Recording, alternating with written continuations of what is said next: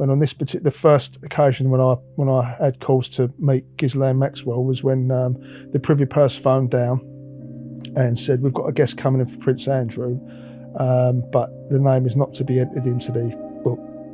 Why is that then? Why is she the only one we're not putting in? But he goes, because it's Ghislaine Maxwell. It was Robert Maxwell, the daughter of Robert Maxwell. And back in the day, that was, he'd robbed the pension fund and he was, not a particular flavour of the month. So we just found it strange that a person connected to Rob Maxwell be invited to Buckingham Palace. It's not really a good look for a member of the royal family. She turned up in a green Range Rover, being chauffeur driven in the passenger seat, and we would just let her go straight. The man gave her name, we'd just let her go straight in. And about half hour, I think, after that, myself and my colleague walked through the garden to go back to the police lodge. We were relieved. And he was having a picnic with her. Quite a big lavish picnic by the summer house, which is opposite the Queen's bedroom window. And again, we did laugh to ourselves and think, does the Queen know who's sitting in her garden? I think they probably had a sexual relationship at some stage during the period of time they'd known each other. And she was probably a very good friend of his. And I think she was a conduit to influential people.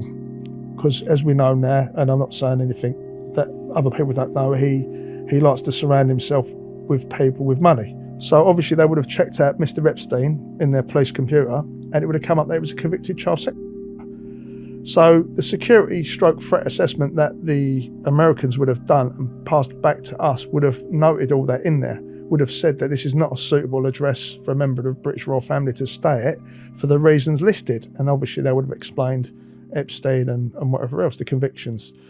So that information would have then been passed to Prince Andrew directly through his personal protection officer, or it could have been done through the commander. And they would have basically said, we advise you not to go to stay with this gentleman in these premises. So when I talk about paperwork trail, you've had emails back and forth. You may have even had written letters back and forth, but you certainly would have had emails from the Americans back to us with their advice. And then there probably would have been a security meeting with royal protection. What I mean by that is the commander would have sat down with the officers, protection officers, and said, right, this is the report, this is what we've got.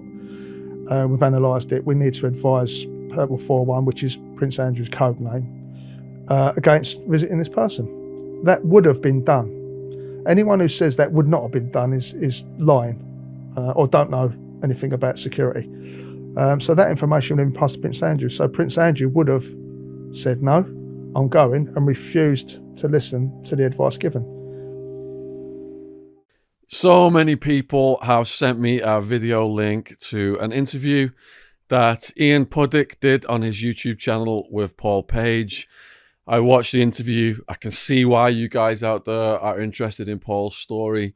I immediately downloaded For Queen and Currency on my Kindle. I've been absolutely gripped by it. Here's a picture of Paul when he was starting out in the police as a young man. And Paul actually worked his way up, whereby he became a royal protection officer.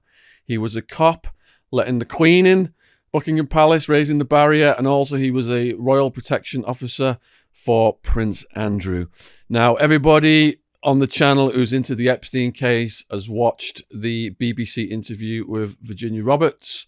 You've watched the Panorama special. You've watched the BBC interview with Prince Andrew, in which he melted down his entire career. Now, Paul was approached by Panorama, and it has not been published. And this is the first time, apart from what he's done with Ian Puddick, it was more of a shorter clip on that channel. This is the first time now that Paul has spoke at length, got his entire story out there, unedited, all in his own words, no agenda, out to the viewers out there. But thank you for coming on, Paul. I'd just like to start then. You said that Panorama contacted you. They were going to do something. Could you just run down what happened there, please? Yeah. Basically, as I said to you before, excuse me, the reason that I started this all occurred was because about August time, I found myself being thrown back into the public light with stories about Prince Andrew and quotes that I said years ago. And I thought to myself, well, what I'm going to do is, rather than the press keep suddenly putting me in the papers without my knowledge, I'm going to do a Twitter account, and that's what I did. So I started posted information about, from my own words, about what I knew about Prince Andrew, my thoughts and what was going on. And then shortly after the August sort of newspaper editions that had come out, I was approached by Darren McIntyre from the BBC. And basically he spent a couple of hours with me and explained that what I'd said 10 years previously about Prince Andrew, allegations I'd made about him, in relation to the way he conducted himself, that they were very interested in interviewing me and putting that on a Panorama special. So I considered it, and in the end I agreed to do it. And basically the interview took place in London about a week, 2 weeks later. It was a comprehensive interview. I sort of spoke about what I knew about Prince Andrew, not what I suspected or what I guessed, what I actually knew, as in what I'd seen myself and what I'd heard. As you know, obviously I've been to prison. I've got no agenda. I served my time and I deserve what I got. But there was no reason for me to come out of prison and start causing issues or telling lies. So everything that I said to Dara for the BBC interview was true. The other thing worth noting is that the times and the things that I've said and will tell you, I was in company with other police officers. So it's not like I was on my own and it cannot be corroborated. What I'm saying is the officers that I was with are too frightened to come forward to corroborate it, but they're certainly not going to come forward and deny it. So I'm quite comfortable. If there's anyone, when I say what I say today, I've got an issue with it, please come forward and we'll discuss it. So yeah, I did the interview, a comprehensive interview about what I knew about Prince Andrew. It was all good. At the same time, though, I was contacted by Channel 4 Dispatches, who also wanted me to take part in a documentary for them.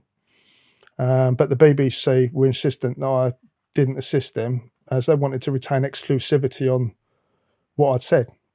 So I agreed. So I refused to participate in the Channel 4 documentary, which was about Prince Andrew, which came out just prior to the BBC interview.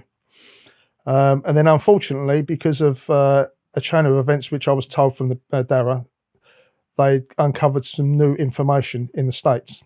So therefore my sort of interview was to be cut, unfortunately, which I was disappointed, because I think when you look at Prince Andrew, there's not a lot of people out there who are actually telling the public or telling people what he is really like as the person off duty.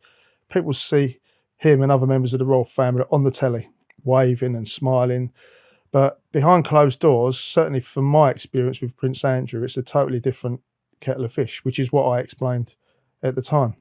And I was completely gripped by your interactions with Prince Andrew. Ghislaine Maxwell was going in there, meeting him. The way Prince Andrew talked down to his staff and cursed at the staff. We are going to get to that.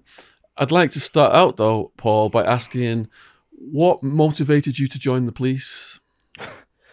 Well, it's actually quite funny, because I had a motivation to join the emergency. So I wanted to join the army initially. When I actually joined the Territorial Army, I served for 3 years in the TA. But I wanted to become a fireman. But unfortunately, London Fire Brigade weren't recruiting. So I ended up throwing an application into Essex Police and was accepted, and ended up becoming a police officer within Essex Police, based at Grays, where I live. And was that your initial position? Were you just a beat cop, or just what? A beat cop? Just I mean, going back to them days, people, the police services, or we used to call it the police force, and that's the police service. But it's changed a lot. Back in them days, you're a young PC. You're the lowest of the low in the pecking order. That means you're walking the beat. You don't get to go in a car for at least 6 months. Every pile of, pardon my French, that comes through the letterbox, as in like crime complaints that no one else wants to deal with, then you're dealing with it. It's to build your experience up. But yeah, so I sort of cut my teeth, as it were, in Grays Police Station as a young PC. Yeah. What challenges arose during those early years? I think really and truly, because when you're dealing with a county force, because the Met had a bad reputation. Does it still have a bad? Do all police forces have bad reputation? I don't know, but back in the day, the Met had a bad reputation for violence and whatever else. But the Met had 30,000 odd coppers. Essex only had 2,500. So the challenges that were different between the Met and Essex were quite simple. If you went to a pub fight, you had to use your speaking skills, your sort of persuasive skills rather than your physical skills to break stuff. Sometimes you'd have to get stuck in, but if you turned up to a place where there was a lot of people, you had to do a lot more talking and a lot less, fighting until your backup came. Whereas what I noticed in the Met was, and I'm not slagging off colleagues because it's just how it was, they were more quick to use physical force because there were so many of them. So the skills that I learned were in Essex were invaluable to me because it wasn't all about throwing people on the floor and handcuffing them. It was about verbal communication and one-to-one interaction rather than trying to tell someone what they're going to do. Ask them what this is how we're going to do. Do you know what I mean? There's a difference in how you approach people. Because how can I put it? When I went to the Met, so many officers in one place, there were officers who would start a fight in an empty room, and those would stick out in Essex because you'd think, hold up, you can't act like that down there because you haven't got enough people to walk around doing stuff like that. But Essex was a completely different kettle of fish. Everyone was tight-knit. All the officers were together. But in the Met, you're just a number. You're not a name. You're just a number, which makes a lot of difference. So you wanted to be a fireman. That's someone who's helping society, facing danger. You become a policeman, also helping society, facing danger. When it becomes a reality for you, when you're confronting those dangers head on, I imagine you got attacked or whatever happened in the early years. You got in some situations. Were you thinking, this is definitely the career path I want to be on? Yeah. I mean, when I joined the police, I was already an England karate international. So I'd won British and English titles. So I could look after myself physically. And when I remember when I first was assaulted as a police officer, which changed my perception of how I dealt with people in terms of my physical approach, as it were. I was on the beat in Grays Town Centre on my own. I was only 20 odd, and I've only been in the job, I don't know, 6 months, whatever it was. And I come across this gentleman. He was loud. He was abusive to passers-by. He was throwing stuff about. So it was a case of me just going over and needing to talk to him, to quieten him down and send him on his way, which is what I thought was going to happen. But that's not what happened. As I approached him and tried to talk to him, he became aggressive and then violent, and a struggle ensued. And because, although I could physically take care of myself, but because I was wearing a police uniform, I was thinking, I'm not in a street fight now. I'm a police officer. I can't give him a right hander. I've got to try and restrain him. And in doing so, he's headbutted me straight in the mouth. And even then, I was still frightened of really defending myself because I felt that I'm going to get myself in trouble anyway. Ended up to the floor. Other officers came and he was arrested. And all I wanted to do was tell him, quieten down, pick up the rubbish and send him on his way. No more, no less. And then he got charged with assault on police. And we went to Crown Court, and I'll never forget it. I went there to Snaresbrook Crown Court, and he got off, found not guilty. And that changed my perception of the law then. That changed how I conducted myself from there on in, because I thought, you know what, I'm not going to get hit again. I'm not going to give anyone the chance to hit me in that situation. So after that, I became a different sort of police officer. I was still how can I put it? I could speak to you, but if I felt there was going to be any form of danger, then I'd make sure that I was the first person to restrain you, ask questions later, because then I realised the job is actually quite dangerous. But up until that point, when you wear a uniform, you don't really realise that someone could quite easily turn around and smack you in the face, or in nowadays, stab you. And it's a wake-up call. Respect for the karate. When I got out of prison, I joined the dojo, and I'd been conditioned in prison whereby, if anyone says anything to you, you've got to react right away. You've got to, yeah. And, well, I went with the black belts one night. They watched some fight in London. they're walking back over a bridge in Guildford, and there's a load of drunks kicking a can, and one of them jumped in front of the karate guys like, the karate guys walked through these guys as if they didn't even exist. And I'm thinking, right, all hell's going to break loose here, because in prison, someone jumps in front of your face like that. Yeah. How old were you when you started karate? I was 8. 8? I was 8, yeah. I got my black belt when I was 14. Wow. Got in the England squad when I was 16. England squad? Yeah, joined the England squad. In fact, a funny story was when I got in the England squad, England cadets it was initially. It was the first cadet squad. We got invited up to the Houses of Parliament to meet our MPs. This is a true story.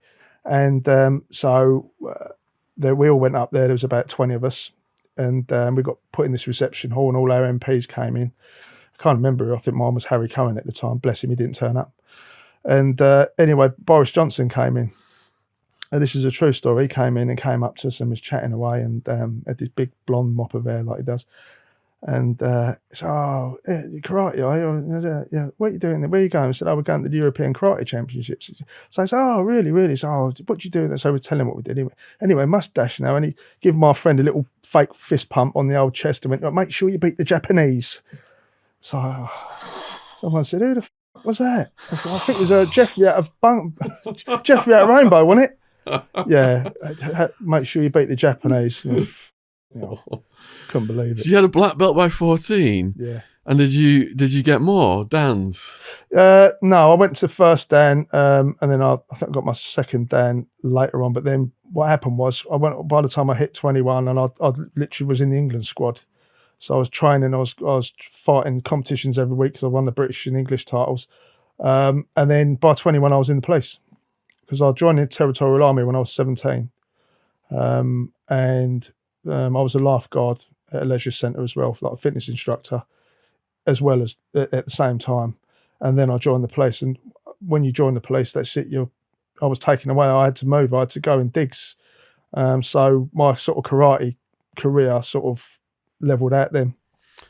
Would being at that level of karate, would that be, the police look at that as, we should get this guy in, he's got it was the techniques to put people down and, restrain them and things like that, it was an advantage. It was an advantage because obviously I didn't do, when I went to police college, I ended up being one of the instructors.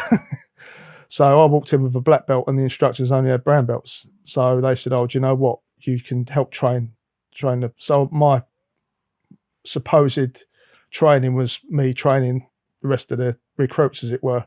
Obviously, I learnt the police holes, but I knew most of them anyway. So yeah, we because back in them days, we used to do milling as well. I don't know if you know what milling is, do you? It's you put the gloves on and you just hit each other as hard as you can. The SAS program, they do it in there. They don't do that nowadays. The recruits, they wouldn't do it there. But back in them days, they used to still do milling. And what that does is it gets you used to being hit, which I think, from a self-defence point of view, and my knowledge, that if you're a police officer, you have a duty of care to yourself first and foremost, then to your family, and then to the public. And what I mean by that is you should be as fit as you can be, and you should know how to take care of yourself. Because if you can't, then you're a liability, not only to yourself, but the people you're working with. So maybe I'm right and wrong in saying this, but when I see officers who are too skinny or too fat, I think you're a liability. Because if you're 20 stone and your colleague's getting a kicking down the road and you can't run, and if you can run, by the time you get there, you're in no fit state to do anything about it, then there's an issue. And I think what's lost in this police service today is a lot of discipline when it comes to fitness. And it's not really just police officers' faults, it's the police forces, because the budget cuts, they're sporting sort of arms of whatever they had, rugby clubs, football clubs, boxing clubs, they've been gradually reduced. And the time that police officers get, or the time they used to get, they don't get now to perform. I mean, I was a heavyweight boxing champion in Met. I used to do the phone cup year in, year out. And we used to get time to train. But nowadays you don't get time. It's got to be on your own time. And I think that's very important for a police officer nowadays, or anyone who wants to join the police. Make sure you're fit and you know how to handle yourself. You made an interesting comment earlier. You said that you decided to, upon a different response when you got in another situation, you wouldn't get hit. Now in karate, they teach you some lethal things, snapping necks and bird beak strike in the eyeball. What level did you decide to take it to restrain someone? Right. So that initial contact, although I knew that I could knock this person out in seconds, I could give him a good hiding. I was restrained and was frightened because I was wearing a police uniform, and really and truly, I was being attacked. So I should have realised that I can do what I needed to do in order to restrain this person. If it means I've got to punch him on the nose, and basically punch him on the nose will make his eyes water and make it hard for him to see, for example. I'm not talking about punching him in the throat because my life wasn't in danger, but I'm talking about doing something that is a measured response in order to retain my safety and, in fact, retain the safety of this person. Then I have to know I have to do something. So my next, obviously, I didn't do it at that time because, as I said to you, I was only in the job 6 months. But then I learnt the lesson when I went to Snaresbrook County Court, and this person who was guilty of assault on police walked. Now, a lot of people who watch your program are going to say, good, because you're a copper and that's what happens. Well, no, I'm a human being. I'm a member of the public as well. And I was there to do a job. I wasn't there to bully anyone. I wasn't there to pick on anyone. He was causing a disturbance and he was intimidating people. And that's why I went to do something about it. So my level, as you want to call it, the next level to me was, I will drop you if you're a threat to me. It's called a preemptive strike. If you're a threat to me and I look at you and I think you're going to do something, you're going on the floor first. I'm going to restrain you and then we're going to talk about it.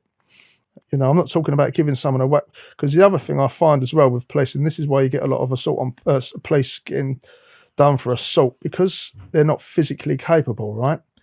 They don't go gym or whatever. They suddenly decide they're going to get their ass back, they're going to get their baton out, or they're going to get their CS right. And I'm not going against their thought process, but what I'm saying is, if they were more physically aware and more physically confident, maybe they wouldn't need to have used those tactical options.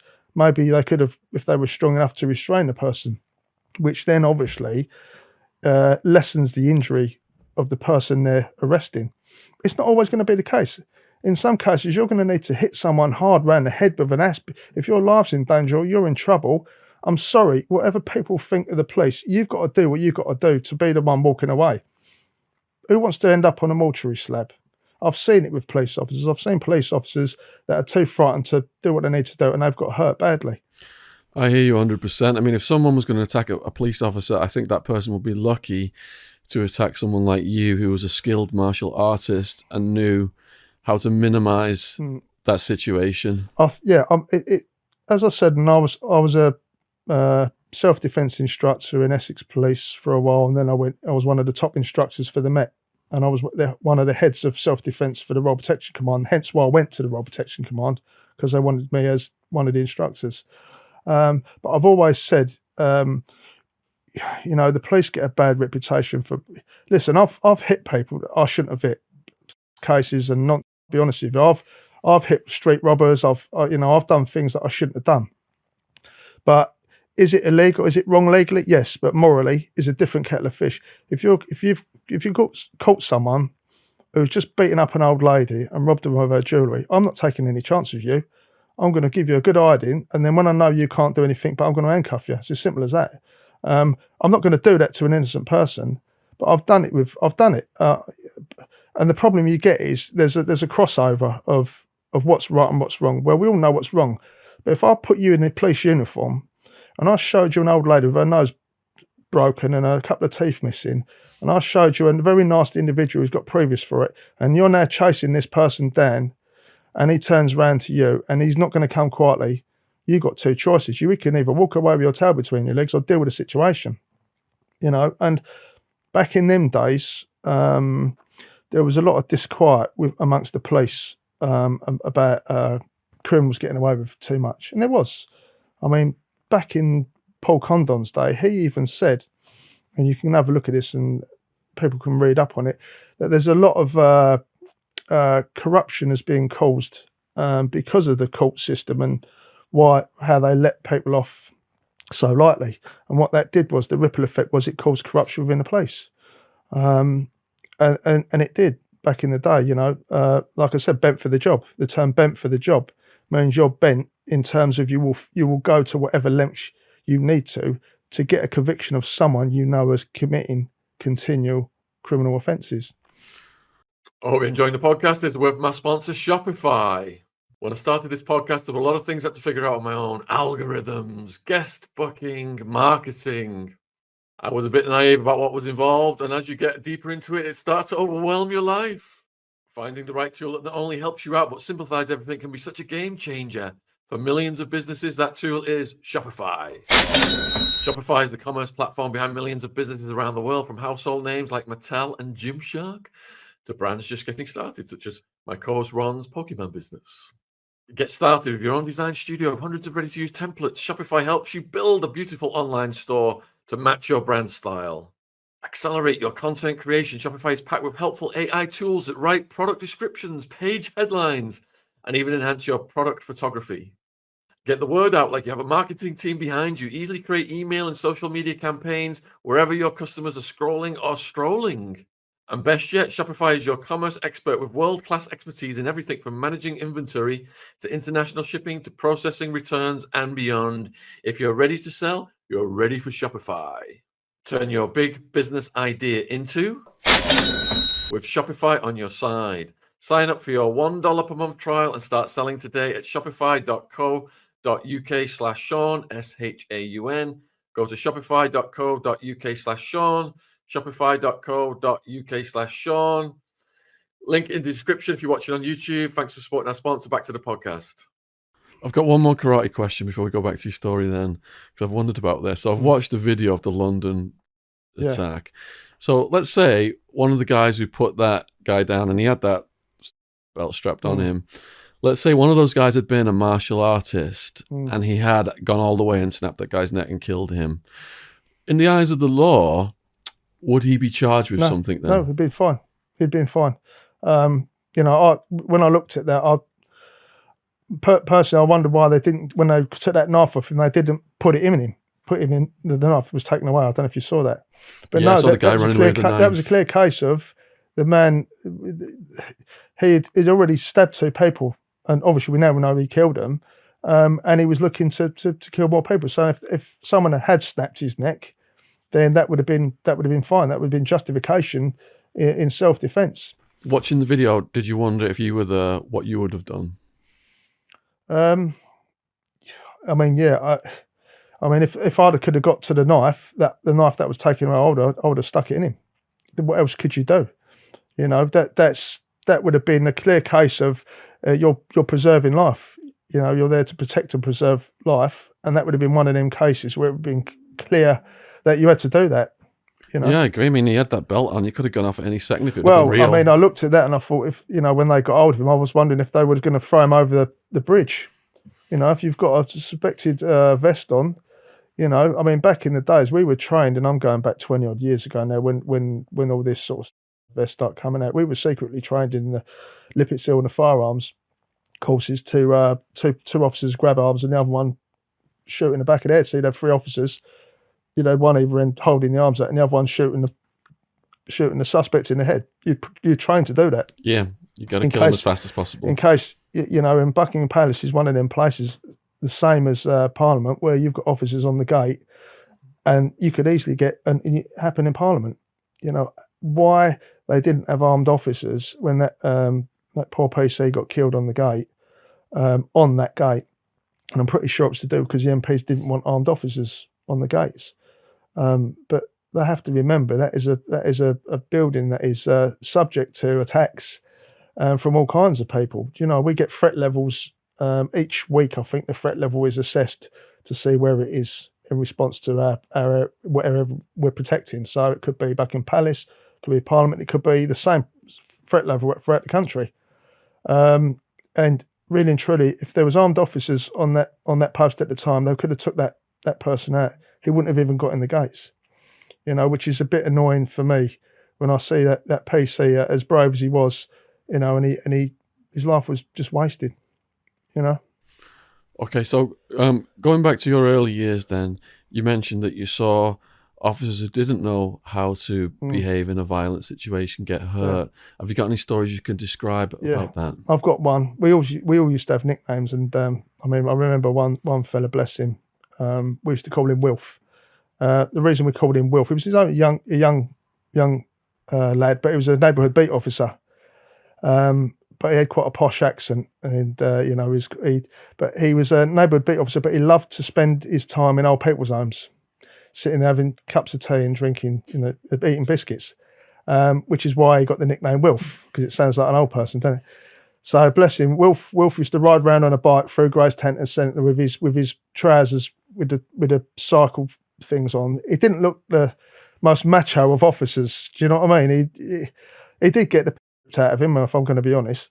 And then one day I got told that I'd got to go out with him, and I ended up on a bike with. Oh, it looked horrendous, and he cycled me up to an old people's home. We sat in there for 2 hours, eating cake and drinking cups of tea. And I said to him when I come out, I said, "Wilf, don't ever do that to me again. I just want to kill myself now, mate." So anyway. He wasn't a handy officer. He was one of these officers I'm telling you about. A lovely bloke. He was a good police officer. You don't all have to be. I'm not saying that everyone should be macho and running around hitting people. I'm not saying that. What I'm saying is you can be a good officer and have communication skills and all the rest of it. But sometimes you're going to need a bit of muscle to. You're in a situation.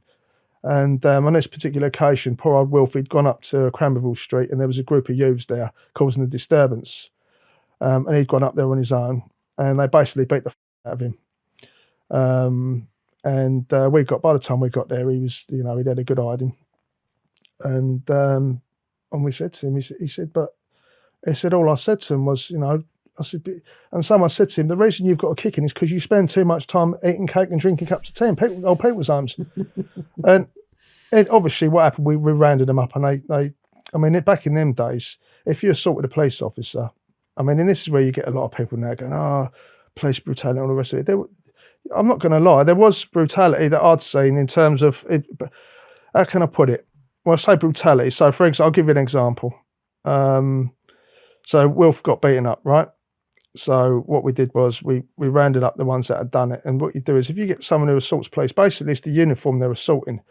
And what you've got to remember, if you're wearing it, if it could be anyone, it could be anyone sitting watching this program now and thinking, listen to what it says. Well, you put the uniform on. Don't sit in an armchair and tell me what you think unless you've been out there and you've done it. Do you know what I mean? And you think to yourself, right, you've got that uniform now. That is the only protection you've got, that uniform. So if someone touches that uniform, they're touching every other police officer in this manner. So that what I'm saying is, if you let one of them get away with touching it, they're all going to start doing it.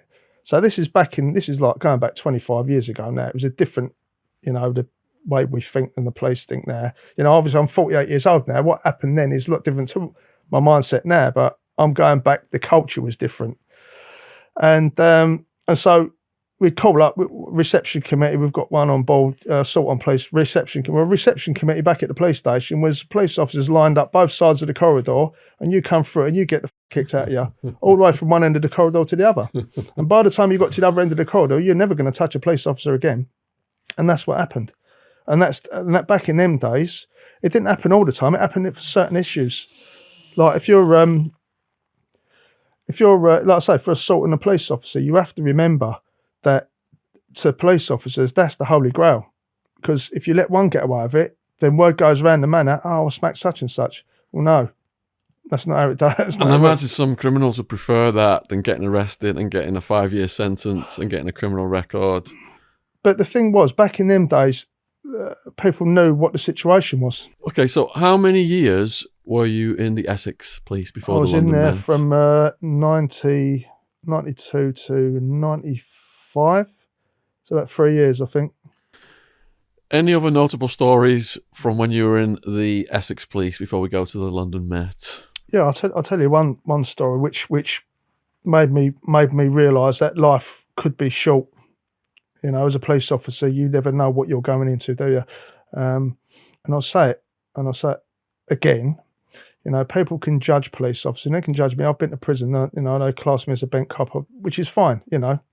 But you've got to remember when anyone puts a police uniform on, the majority of them, and I'm not going to say all of them, don't put that on thinking of themselves. They're thinking of doing something good for the public, which is true. You don't do that kind of job when you deal with death. Like when you see death and misery, it's not a nice thing to see. You know what I mean? And you don't get a lot of money for it, and you have to deal with the consequences of the murders and road accidents. And I've seen it all, and it's not nice. And obviously, you you've got to be hardened to stuff like that. But it also brings back your own mortality. Do you know what I mean? I remember getting a call. It was late, 12 o'clock at night, 1 o'clock in the morning, and get a call. Someone's called the control. We're all sitting in the control room, and someone rings up and said, "Yeah, I think I heard gunshots or a gunshot." So as we did at the time, you just said, "Oh, it's probably not a gunshot." But anyway, she said, "Yeah, we'll get someone down there." Everyone's putting their feet up, having a cup of tea. No one wants to go out. Anyway, about 2 minutes later, another call comes in. "Yeah, so I'm sure I heard a gunshot." So I was, right, okay. So my inspector at the time, I was driving him. So he said, "Right, Page, we better go and investigate this." So I said, "All right, sir." So I got the car around. We got in the car and we drove down to this sort of a similar estate to this, like block of flats. And as we pulled up, it's all in darkness. All the flats are in darkness because it's late. So we pull up, and as we go to approach the communal door, we notice to the left there's a broken window. And so I thought that was a bit odd. So we thought we'll go and knock on that door because obviously someone's put their window in. Maybe that's what it was. The noise was someone breaking the window. So we opened the communal door, knocked on this particular door, no answer. We could hear a muffled sound inside. What the f*** is that? You know, we could hear sounded like someone rolling about, you know. And so anyway, as we bent down to look through the letterbox, we thought we heard something like a gun loading, being cocked. So we both ran out, both of us trying to push ourselves through the door at the same time, fighting each other to get through the door. We just legged it behind a police car. And so we called up on the radio. Yeah, we need to find out who's in this flat and get a line put through and see if we can ring up. Anyway, no lines come through. And it subsequently transpired that there was a fella, he'd had a domestic with this girl and he'd been locked up in Southend Police Station for a couple of days, I think it was. And he'd got out, gone to Tilbury, picked up a shotgun, gone round to the flat, gone in there with his girlfriends in there with their young daughter, but her brother's there. He's beat up the brother and tied him up, and that was the muffle inside. We could hear him rolling about on the floor, and the broken window was in. He had a pump action. If it was a pump action shotgun, it was in blowing the window out. And then obviously the we heard was him reloading and pointing the gun at us behind the door. And so the upshot of it was armed police turn up, you know, try and get through to this fella, you know, loud hailer, da. He's not having any of it. And in the end, he dragged the child and the girlfriend into this small toilet, put the gun under his chin, blew his head off. Jesus. And we went in there, secured the child and the girl, and there was just nothing left of it. He's just a headless corpse. The rest of it was stuck to the ceiling. He lost that much blood that when they did the autopsy, they found it difficult to get any decent specimens of blood out of him. And that's she was only 8, I think, the child. Holy shit. So you could have been collateral damage in there. But it makes you think, you know what I mean? It's not all about, it makes things like that make you think about your own life. And, you know, I could quite have easily at the time thought, you know what, stuff this, I'm off. But I didn't, I stayed with it. I'm not giving myself a pat on the back for that. I'm just saying that story there is what many police officers go through day in, day out, and worse. You know what I mean? How common is domestic abuse and crimes of Very passion? common. I mean, we used to deal with that. The pet hates for police officers are wife beaters, cases, and not as in people. They're the pet hates, and they're the 3 areas really that you're going to get a clump, or you did back in the day. I mean, where I was at Essex or the Met, if we come across a wife beater, they'd be getting a clump. If you want to hit a woman, then know how it feels. It's as simple as that. If you want to touch a woman, like a woman, then you're going to get a clump. If you want to touch a child, you're going to get more than just a clump. And that's what we did back in them days. That, you know, was it corruption? Was it bent for the job? It was all of them things. But unfortunately, you've got police officers are human beings. You know, I'm not saying it was right at the time, but it wasn't justified. But was it right morally? That's a different kettle of fish. That's open to debate, whether or not a child offender, when he's caught, he's committed an offence, he gets a clump. Because I'll tell you one thing, he'll remember the clump more than he remembers going to court and getting a slap on the wrist. You know what I mean? One of my very first blog entries was about a guy who had tied up and sex in prison. And I asked the public, you know, what do you think of this? And 99% were for it. Yeah, I mean the problem I've put in, it's in the book. I've fitted up. I've beat them up, stitched them up, and locked them up. you know. And to me, back in them days, you know, you think the trouble is you have people that are armchair critics, which is fine. We're all an even society, so everyone should have their fair share in saying. But unless you've looked into the eyes of a victim of child sex or a woman who's been battered, you know, or a lady that's been walking along and been raped, and you look into their eyes and you have to take their statements and read, and then it has to be read out in court what's actually happened to them, you don't know what you're talking about. It's a different kettle of fish. The podcast that made me cry when I was interviewing the person recently was Mike Tarraga, and he was a victim. Horrendous. He was rented out on the meat rack. Yeah. If you guys out there watching this video have not seen the testimony of a victim, hardcore care homes, got rented out as a kid. I'll put in the description box below this video. I'll put a link to that if you want to watch, so you can understand exactly what Paul is saying here. So, why did you move over to the Met?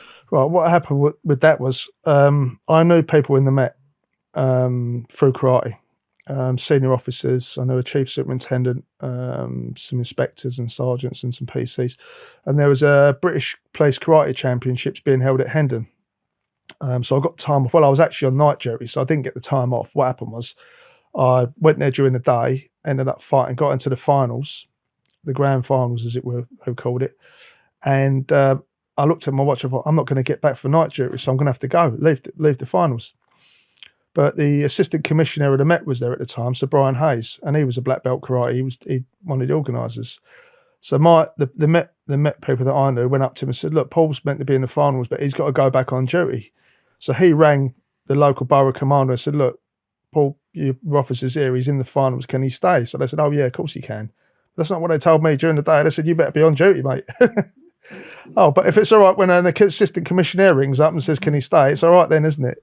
So that's how I got to meet him, and he said to me, oh, you should come over to the Met. And I was thinking at the time, you know, the money's better. I knew people in there, and so I transferred over. Ended up at Marylebone Police Station.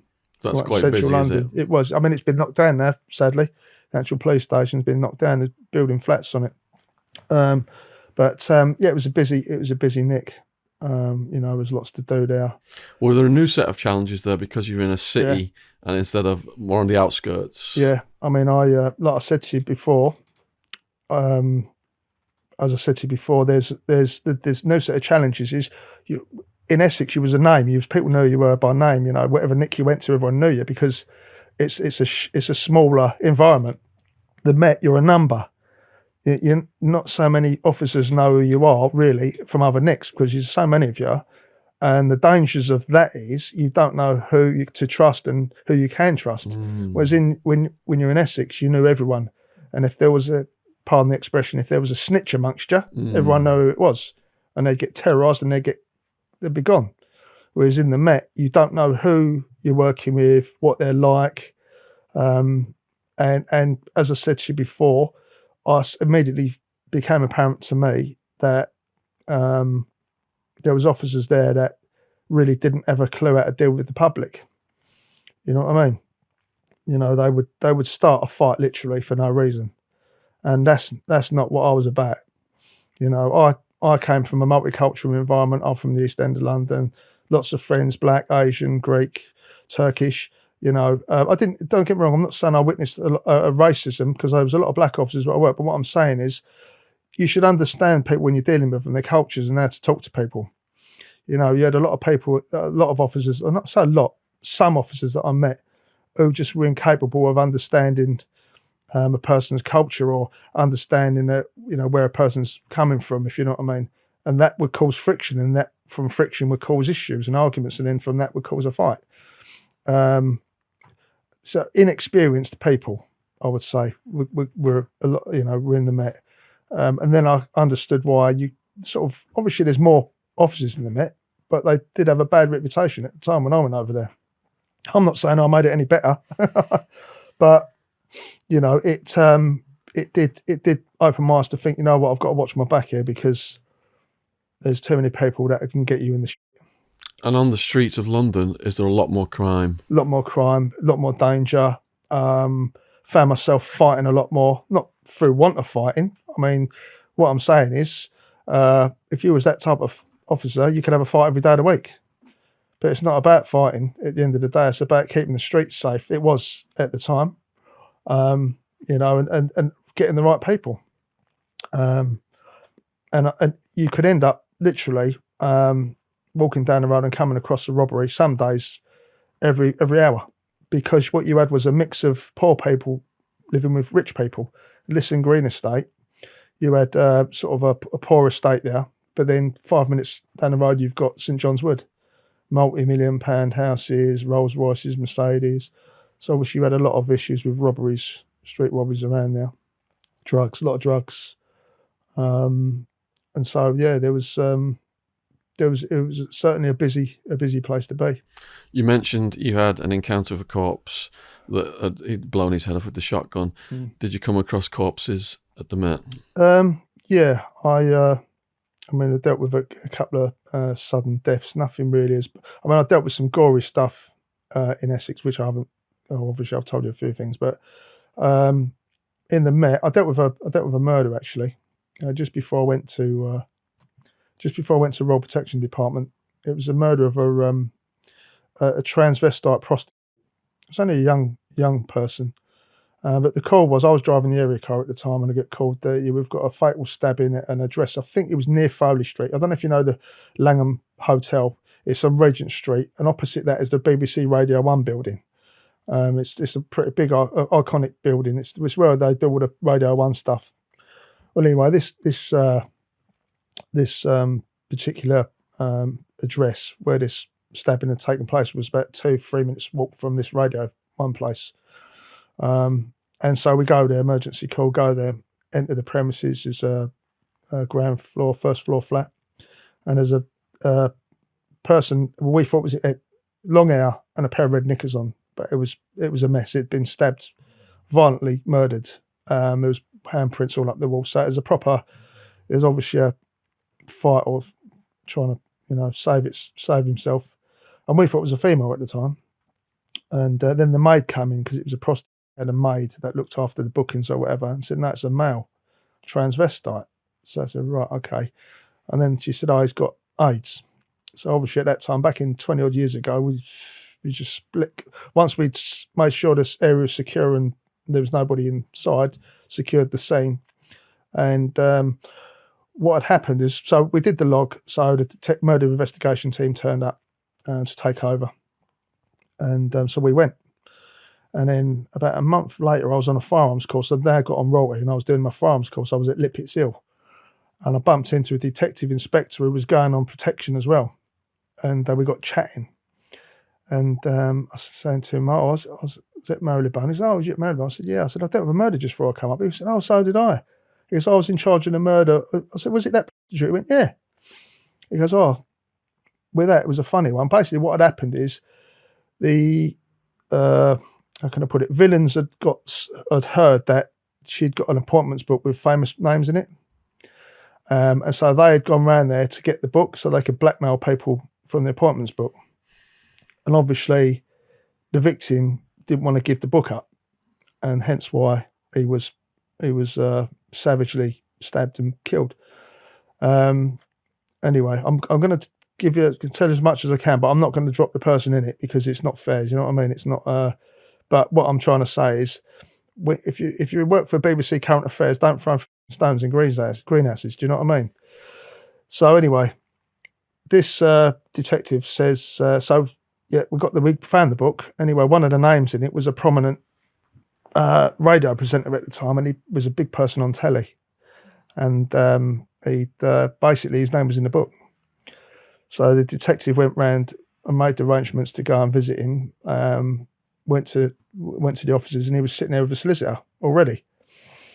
So the detective said to him, do you know the victim, whatever the person's name was? He said, no, never met him in life. I said, right, okay. So is your fingerprints going to be in this flat, anywhere in this flat? And then the person, the suspect at the time, because everyone's a suspect. If your name's in an appointment book, you're a suspect. Says, I don't know. I think a friend of mine used to live in the flat. So my prints might be in there. You know, so obviously he wasn't coughing to the fact. He didn't know why his name was in the book. All this tosh. And so anyway, in the end, my friend, the detective said, so just want to let you know that this person also had AIDS or HIV. He said, and this celebrity's like went pale white, nearly burst into tears, and they left him at that. But yeah, it was, his name was in the book amongst others. I interviewed John Wedger, who worked at London Met, and then when he was working in Vice, everything was going well until he tracked some of the customers were politicians and celebrities. Yeah. And then orders would come down from the top to shut the investigations down. Does that happen in the police? It can do in certain circumstances. I mean, in that particular case, the investigation team, I think they actually arrested someone and he was convicted for murder on that particular case. And then it all came out about the book and what they wanted them to do, the blackmail. But investigations, depending on what how can I put it, how important they are to the general public in terms of public decency, awareness, and if it's a public figure. Obviously, the Met Police, along with most other police forces, will look at a case and say, is it in the public interest that these people are arrested for whatever it is? I don't know. I mean, so you could have cross investigations, which happens, in which, so for example, you could have a team investigating a certain person, but they come across another team from a different, like the NCA might be investigating them. So they get told to drop the investigation because another investigation that crosses it is more important, if you see what I'm trying to say. Yeah. So the impression that you get is they've been told to drop their investigation, but they haven't been told why, because they want to retain secrecy of the first investigation, if that makes sense. Yeah. So you'll get people say, "Oh, we were doing an investigation, but we were told to drop it." Yeah, but you were told to drop it maybe because they were looking at that person or someone else connected to that person, and they didn't want to overlap it because this case takes priority. So that's one explanation that could happen, where you get two different teams because they don't all communicate. You'll get officers from another force maybe come across a drugs operation in the Met and they don't realise, and then it intertangles and they say, well, look, that happened in my case. In my case, when they were looking at me, what police force was it now? Well, anyway, another police force was looking into me, and the Met came across and said, no, we're dealing with this. So they take the investigation. Do you see what I mean? And they do that all the time.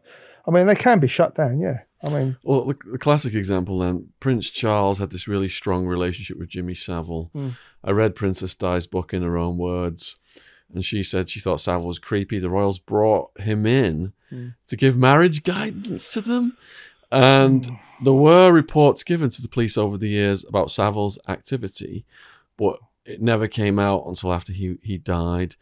Do you think that there was a conspiracy to keep that concealed until after his death? That because he had these powerful relationships like what Prince Andrew had with Epstein? Yeah, I mean, there's always a chance that if there's sensitive information appertaining to a senior politician or member of the royal family, that is withheld or it's pushed under, because obviously, again, it all comes back to the threshold, is it in the public interest? That's what they use, public interest. And then you've got PII, public interest immunity, which is what if they don't want to give information out, they'll hide behind that. There's a lot of different things they can do.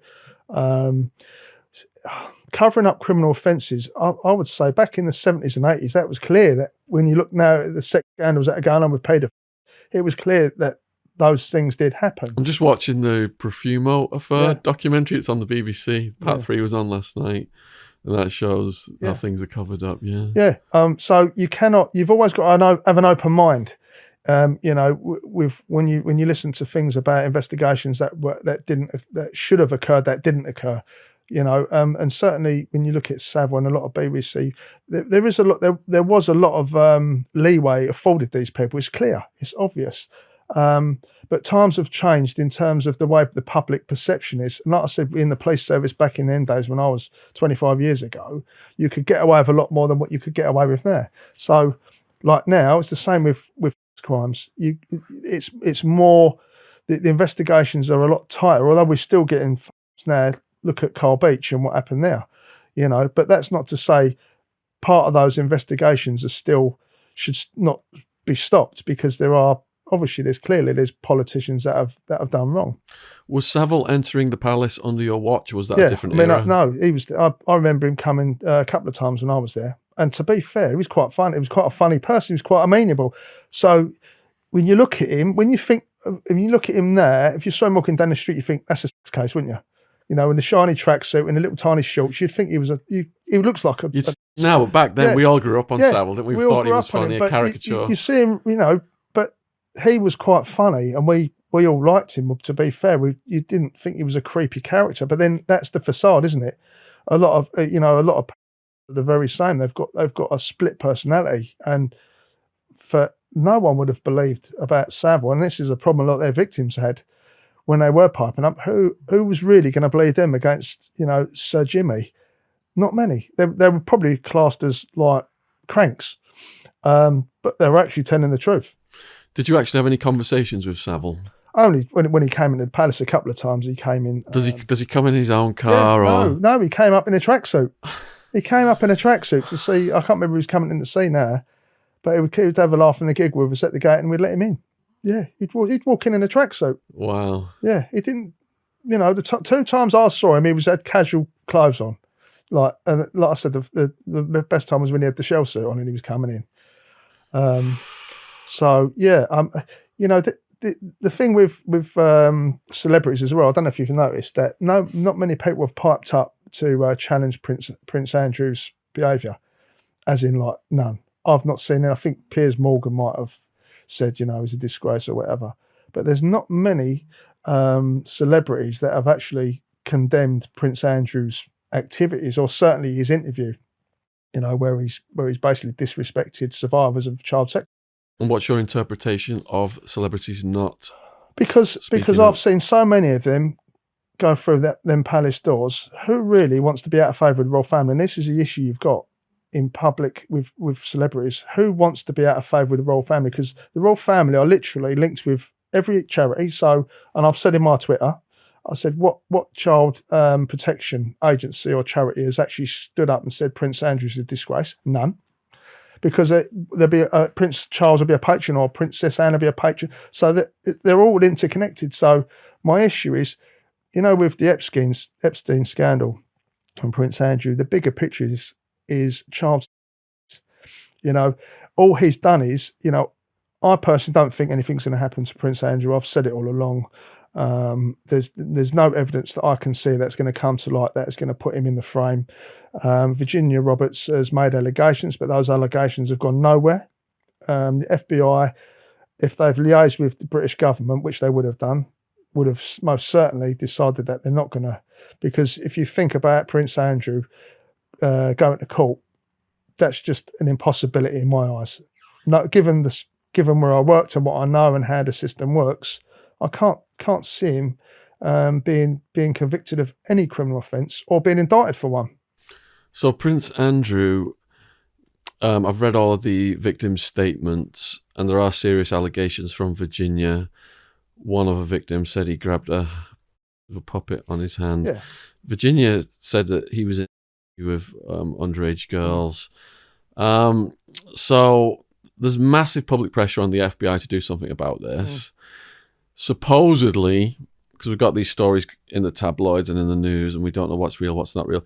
Supposedly, Virginia is the target of an FBI investigation right now, but Prince Andrew is not. But the lawyers of the victims are requesting that they speak to him, and if he touches down on American soil, he's going to get subpoenaed into court, and all this stuff all this legal stuff's going to get thrown at him. I mean, what I'd say is, and this is potentially a key, right, to the fact that he's not going to be subject to any subpoenas or any indictments, is because if you're involved in an investigation, or you're being investigated, you're knowingly being investigated, would you go on telly and talk about it knowing that you could be potentially indicted? You wouldn't, unless you knew that you weren't. The reason being is you keep your mouth shut until the investigation is over and done with. You don't go on telly and give an explanation, because all you're doing is you're giving information to the opposing team that they can then use against you when they actually do decide to arrest you and say, well, you said this and this isn't correct. Because that interview he gave, I pulled it apart myself. All right. And for him to have been with legal advisors, he would have had a legal team around him. And they would have, if they thought there was a possibility of any indictments coming his way, they'd have shut the idea of him doing the interview down. So he must have had some guarantees that this isn't going anywhere for him to publicly speak. Yeah, I came to a conclusion only recently that he went into that interview knowing he has absolute immunity. Exactly. And that he would never spend a day in prison in his life, and he could say absolutely anything. It doesn't matter. But that's the whole point, and people need to understand that they're saying, "Oh, he might get indicted." He's not going to get indicted for anything. If there was a chance of any lawyer worth his weight in gold would tell his client, "Keep your mouth shut, keep your head down, because potentially there's an investigation that you may be involved in." But obviously, he's been given a guarantee from whoever that. That nothing's going to happen with this.